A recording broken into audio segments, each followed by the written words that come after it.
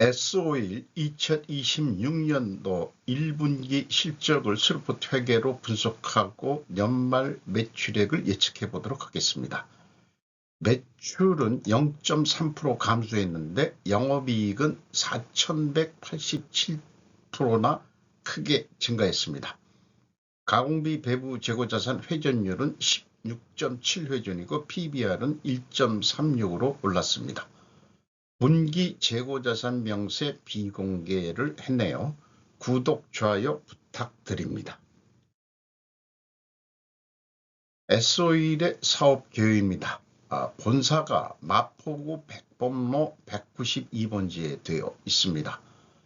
1976년 1월에 설립되고 하루 66만 9천 배럴의 원유 정제 능력을 보유한 정유사로 정유뿐 아니라 석유화학, 윤활기유 등으로 다각화된 사업 포트폴리오를 보유하고 있다는 걸로 설명을 하고 있습니다.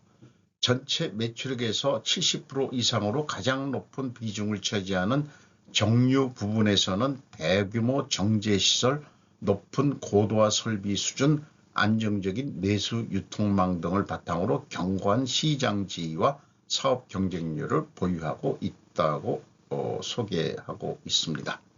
그리고 석유화학 부분을 지금 계속 투자하고 있는 것으로 알고 있는데 공정효율화를 통해서 연간 약 330만 톤의 대규모 방향족 제품, 팔라자일렌, 벤젠 등 생산 능력뿐 아니라 연간 약 77만 톤의 올레핀계 제품, 폴리프로필렌, PE죠, 산화프로필렌 등 생산 능력도 보유하고 있습니다.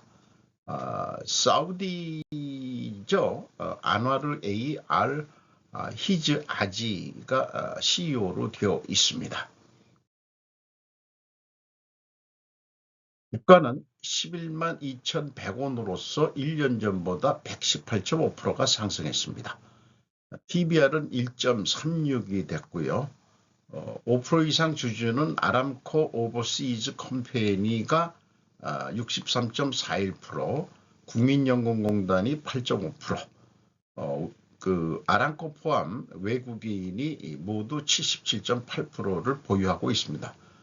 모건 스탠리가 검색 시에 눈에 띕니다. 스루풋 회계로 분석한 결과입니다. 매출은 8조 8,451억 원으로 0.3%가 감소했는데 매출에 비례하는 매출 재료비는 16.3%나 크게 내려갔습니다.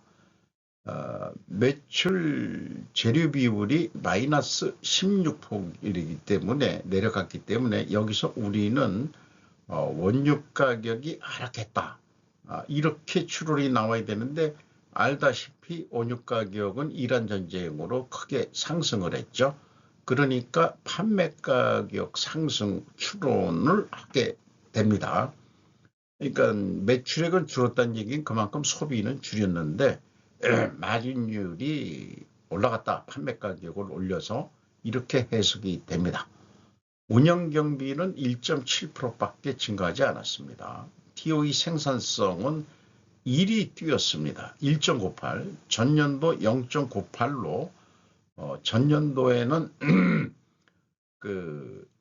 영업손실 289억 원이 나왔었는데 1분기에 1조 1,815억 원의 스루풋 영업이익을 냈습니다. 원가회계 영업이익보다 481억 원이 적은 수치인데 이것은 가공비 배부 재고자산이 증가했기 때문입니다. 영업이익률 13.4%로 크게 뛰었습니다. 적자에서. 그리고 재고회전율은 16.7회전으로 예상이 됩니다. 재고가 많이 증가했고 전년도보다 재고회전율이 크게 떨어졌습니다. 이것은 제가 지금 구두로 얘기한 내용을 글로써 좀 정리해 봅니다. 원가회계 손익은 참고해 주시고요. 원가회계 손익상으로는 영업이익이 이 전년도에 비해 5,561%나 크게 적자에서 흑자로 전환됐습니다. 그러니까 아마 이 S-오일도 이렇게 적자였으면 다른 국내 정유사도 그렇게 이 실적이 안 좋았을 거고요. 그것은 한국만이 아니고 전 세계 정유 회사들이 그렇다고 한다면은 이란 전쟁으로 흑자를 만들어 달라는 압력이 들어갔을 거라고 분명히 생각이 들어가네요. 그래서 이란 전쟁이 일어났다라고 해석을 해볼 수 있지 않을까 생각합니다. 1분기 S-오일은 재고자산 명세를 공시하지 않았습니다. 그러면 어떻게 분석을 해내느냐? 뭐 저의 기법이기도 합니다만은 이 연말 재고 명세는 공시를 하니까 이 WCAI는 비용의 성격적 분류에 나온 재고자산의 변동액 요거를 기준으로 해서 역산으로 가공비 배부 재고자산이 1조 7,763억 원으로 증가했다고 산출해낼 수 있습니다. 참고적으로 이게 산출이 되니까 원재료가 약 한 3조 6천억 원으로 2조 6천억, 1조 원가량이 재고가 갑자기 늘었는데 이건 물량이라기보다도 가격 상승에 의한 원재료 상승으로 판단이 됩니다. 전년도 2조 8천억 정도 가지고 있었는데 뭐 저장품이 얼마나 변동됐는지 그 다음에 이제 각 상품, 제품, 반제품 어떻게 변동됐는지는 알 방법이 없습니다. 그러나 분석을 위한 최소한의 데이터는 확보를 했습니다. 그것이 가공비, 배부, 재고자산의 변동액이죠. 그래서 매출 증가는 거의 없었는데 재고만 27%가 증가했다. 원가 회계는 바람직하지가 않죠. 이 회계 입장에서도 마찬가지지만은 이것은 판매 가격이 결국은 오른 거다. 이렇게 볼 수 있겠습니다. 재고 금액이 크게 상승을 했습니다. 원가 회계는 재고의 증가는 이익의 증가이기도 하죠. 회사는 이 재고자산의 변동을 제품, 반제품 및 상품의 변동이라고 구체적으로 표현했습니다. 마이너스 3,809억 원, 아까 재고 명세에는 제가 플러스로 표현되어 있죠. 비성분에서는 마이너스로 표현되게 되어 있습니다.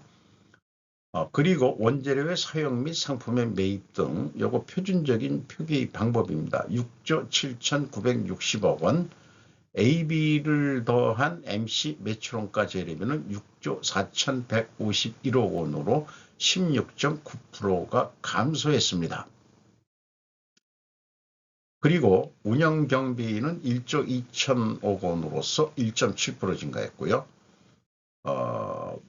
운영경비 1조 2천억 원에서 판매관리비 2,165억 원을 뺀 9,838억 원이 공장 가공비가 되겠습니다. 가공 비율이 올랐고 그 다음에 생산 재료 비율이 87.4%로 1.4% 하락했습니다. 여기서도 원유 가격이 하락했다라고 2차 추론을 하게 됩니다. 가격이 1분기에 올랐는데 원유 가격 하락 추론으로 나온다. 요 경우에는 전년도에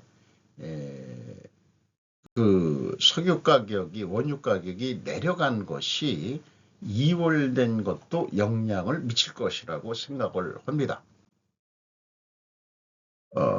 재고자산의 증감 내역 검증 제가 맞춰준 수치이기 때문에 의미는 없겠습니다. 그러나 이 회사가 제시한 비성분 재고자산의 변동액은 신뢰가 가는 금액이기도 합니다. TQ 총 제조 비용의 갭도 없고요. 그 다음에 현금 흐름표 기준 전체 재고 자산도 일치를 합니다. 일은 단지 단수 차이가 되겠습니다. 원가 회계하고의 영업 이익 차이 481억 원이 더 적은데 이것은 가공비 배부 재고자산 증가액에서 가공비율을 곱하면 검증이 됩니다. 주요 운영경비입니다. 인건비가 1353억 원으로 0.1% 증가했습니다. 가격을 많이 못 올려줬네요.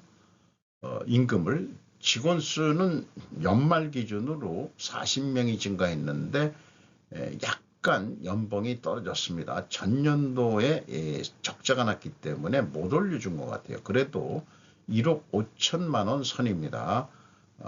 상당히 고임금인 그 기업이 되겠죠.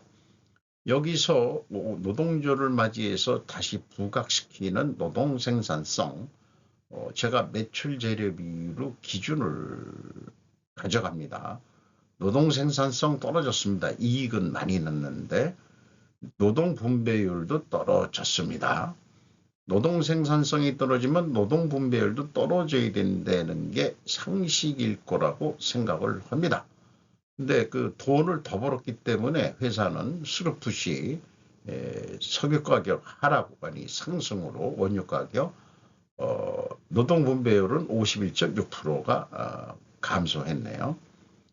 에너지비가 많이 들어가네요. 정유를 하면서 5,052억 원, 11.3% 줄였습니다. 수선 유지비 11.7% 줄였습니다. 운반비 및 수출 부대비 11.1%, 거의 11%대들을 중요 비용들을 줄였습니다. 그것도 이익이 나는데 기여를 했겠죠. 병행평가지표로서 연간 재고 회전율이 떨어질 거로 예상이 되고 스루풋율은 상승했습니다. 역방향이면은 분식회계 개연성 가정을 세웁니다. 투하 자본 이익률 ROIC 10.9%로 11.2% 상승했고 총자산 회전율은 0.31로서 0.03포인트가 하락했습니다. 그 생산활동이나 모든 활동이 약간 떨어졌다는 얘기인데도 돈은 왕창 번 거죠. 영업구매평가지표로 매출 채권 수금 속도 3.5회전, 석 달에 3.5회전이면 돈은 빨리 받는다는 얘기겠죠. 매입 채무 지급 속도는 3개월에 0.9회전, 1회전이니까 3개월에 한 번 갚았다. 그러니까 SOED니까 아람코니까 아람코에서 수입을 할 거 아니겠습니까? 사우디에서. 그러니까 뭐 본사한테 돈을 좀 우리 좀 힘드니까 돈 늦게 좀 주갔어. 이것도 업세트가 될 그런 상황인 것 같습니다. 일반적으로 그 매입 채무 지급 속도가 다른 정유사라면은 높을 겁니다 아마. 그리고 두펑 ROI 자본 회수율 12.4%로 12.7%로 증가했습니다. 상승했습니다. 앞서 얘기한 대로 그 경영 두 가지 평가지표가 역방향이라서 분식회계 개연성 가정을 세워보는데 이것을 반증하려면은 원유 가격이 상승해야 되고 판매 가격도 인상이 돼야 됩니다. 자, 그러면은 어떻게 나왔을까요? 원유 가격이 배럴당 91.5달러입니다. 무려 30%가 상승했습니다. 1분기에만. 그리고 판매 가격 휘발유 12만 3,836원 배럴당 이겠죠. 7.2% 아니 4.2% 상승했습니다. 비중으로 해서 0.7% 상승했는데 가장 많이 오른 걸 보니까 경유일 것 같습니다. 15만 518원 30.8%가 증가했습니다. 상승했습니다. 가중평균은 4.7% 상승했고요. 그래서 휘발유가 가장 많이 오르긴 올랐네요. 근데 이제 매출액은 얼마 영향력은 크게 없습니다. 또 높게 오른 것이 윤활유 기유가 있네요. 0.7% 증가했는데 비중으로 봐서 0.1%.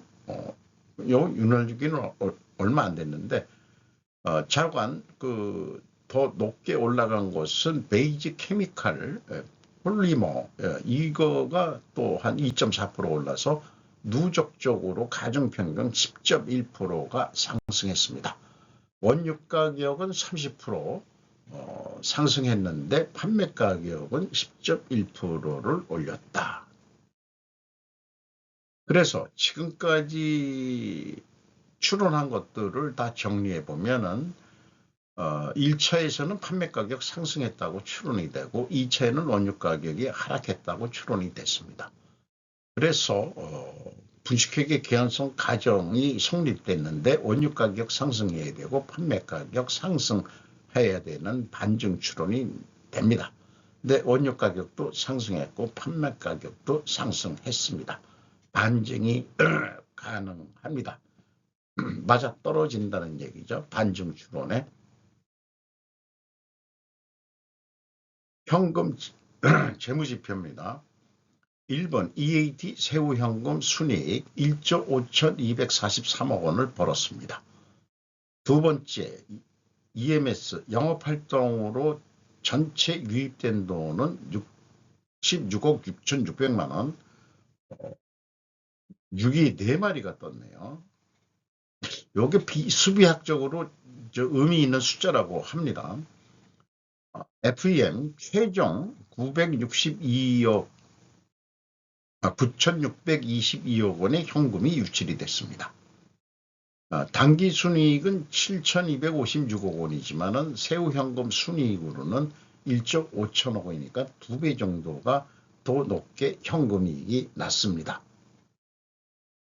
자유현금 흐름 채권자한테 7,197억 원을 추가로 빌렸습니다. 그래서 이자부채 레버리지율은 46.7%로 증가했습니다.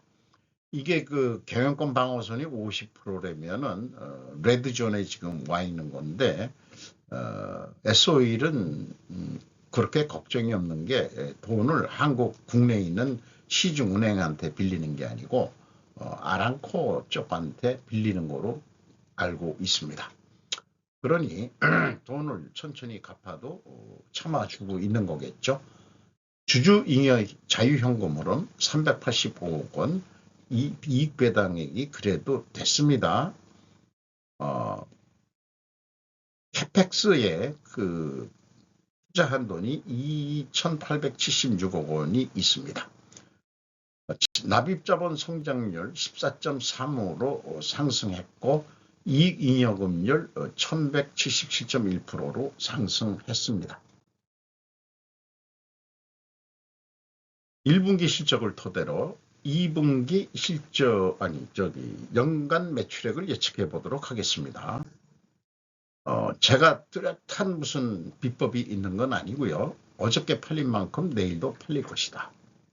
그래서 1 더하기 300% 해가지고 스르픈율로 나누면은 35조 3,800억을 할 것으로 예상이 됩니다.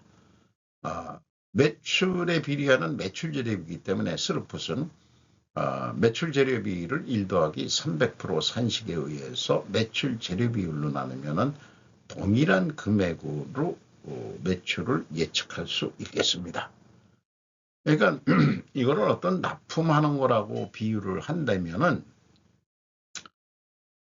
이렇게 제시를 하는 상관습이 가능할 것이다. 그래서 가격을 올려야 될 때는 이 스르픈율을 올리면 되는 거거든요. 요걸 한 27% 하든지 28% 그러면 상대적으로 재료 비율은 떨어지겠죠. 그렇게 계획을 해서 제시를 하면은 되지 않을까 싶습니다. 그런데 참고적으로 새롭게 손익분기점을 제시를 해봅니다.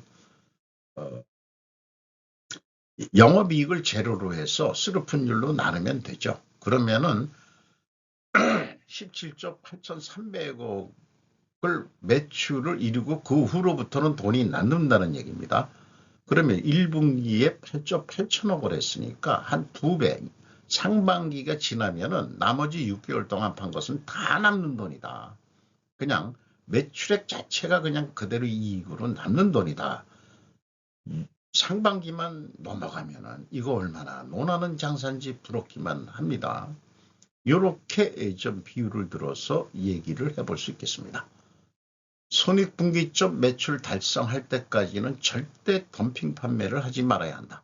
넘어서면 그때는 매출 재료비만 건지는 수준이라도 판매하라. 중국이 덤핑한다고 비난 공격할 것이 아니다. 중국과의 경쟁에서 이길 길을 찾아라. 어느 업종이든 이렇게 메시지를 던지고 싶습니다. 물론 석유 제품은 할인 판매가 없겠지만 상반기 매출액 수준이면 손익분기점 매출액이 예상된다. 그 이유는 판매대로 남는 장사가 된다고 볼 수 있겠습니다. 매출액 자체가 그대로 남는 게 아니고 그것도 또 매출재료는 빼야 되겠죠. 그러니까 상반기 매출이 넘었으면은 휘발유 가격도 조금 내려주시고 그래야 되지 않겠냐. 내 얘기는 그 얘기를 하고 싶은 거예요. 액션 플랜 계약이 이게 이제 그 뭐 어떤 그 단가라고 얘기한다면은 3,538만 원에 판매를 한다 그러면은 470만 원 남는데 재고 회전율을 좀 올리자. 원유 가격 올렸지만은 그러니까 수량을 좀 줄여서 그렇게 되면은 매출액이 인상 효과가 있어 가지고 4조 7천억인데 5조 4천억 그러니까까지 그 돈을 벌 수 있다. 원가 회계 기준은 복잡하죠. 재고가 20% 감소했을 경우와 20% 증가했을 때 두 가지 경우를 고려해 봅니다. 원가 회계는 재고가 감소하면 총 제조 비용보다 매출 원가가 더 높게 증가하게 되어 있고요. 재고가 감소하면 총 제조 비용보다 매출 원가는 내려가게 되어 있습니다. 이것이 원가 회계의 맹점이고 문제점이죠. 그래서 판매 가격은 재고가 감소할 때는 좀 비싸게 팔아야 되고 그다음에 재고가 감소했을 때는 좀 싸게 팔아도 목표이익은 나온다. 이런 얘기가 되겠습니다. 그런데 이거를 정부한테 뭐 승인을 받겠다고 이렇게 견적서를 냈다고 합시다. 정부 승인은 아니겠지만은 어쨌든 심리적으로는 이렇게 부풀릴 겁니다. 요거를 뭐 1배럴이 아니고 그냥 우리나라 돈으로 톤당 가격이라고 얘기하죠. 3,698만 원에 우리는 팔아야 됩니다. 그러면은 무슨 얘기냐? 깎아라. 3,538만 원. 스루프상으로는 이거로 해도 남는다는데 뭔 얘기냐? 그래서 깎임을 당합니다. 그래서 이익을 더 내보자고 스루프시 계획한 매출액만큼 8%를 더 매출을 하게 되면은 예상으로 크게 이익은 나질 않습니다. 왜냐? 원가 회계는 요거는 생산을 더 안 하고 재고만 더 추가 판매한다는 얘기예요. 그러면 영업이익이 증가하겠지만 그렇게 크게 증가하지는 않는다.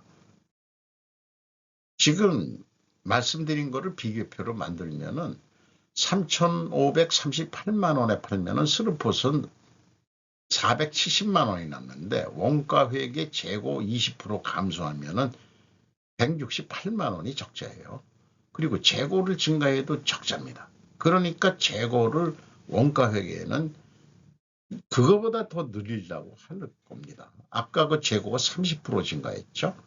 난 20%만 증가한다고 지금 연말에 봤는데 그럼 추가 판매를 하자.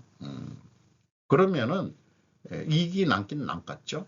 그 스루폿은 5조 4천억이 남는데 재고 감소했을 때 같은 금액을 팔아놓고 원가회계는 3조 3,500억분이 이익이 안 나게 결산이 될 것입니다. 그러면은 이익이 많이 남고자 한다면 또 재고를 증가시킬 것입니다. 이것이 원가회계의 문제점이라는 거죠. 우리는 잘못된 세계에서 살고 있습니다. 그리고 이것은 참고적인 건데 매출액이 불변할 때는 거꾸로 재고 생산을 감소시켜야 돈을 번다. 현찰을 보유해야 되니까 그런 의미에서 생산을 더 증가시키면은 그 영업이익이 증가가 좀 되더라도 그렇게 많이 증가가 안 된다. 그리고 영업이익이 실질적으로는 줄어들 것이다. 이런 얘기를 표로서 데이터로서 제시하는 것입니다. 그리고 재고 현감이 증감이 생산 가수일 땐 그만큼 돈을 안 썼으니까 그만큼 남는다라고 영업이익 증가하면은 생산을 10% 줄였을 때 3조 4,672억 원을 벌게 되어 있는데 실질 손익이 생산을 증가하면은 영업이익이 크게 줄게 되어 있습니다. 2조 7,560억 원이 줄어들게 될 것입니다. 요거는 뭐 석유 가격에는 덤핑은 관계가 없을 것 같아요. 덤핑은 안 하겠죠. 템플릿 자료들입니다. 이거 설명은 좀 생략하고 넘어가는 거로 항상 제가 필요할 때 설명하기 위해서 하는 내용입니다. 두 가지 투웨이 어느 길로 가시겠습니까? 원가 회계로 가시겠습니까? 스루프트 회계로 가시겠습니까? 오늘도 좋은 하루가 되시기 바랍니다. 굿나잇.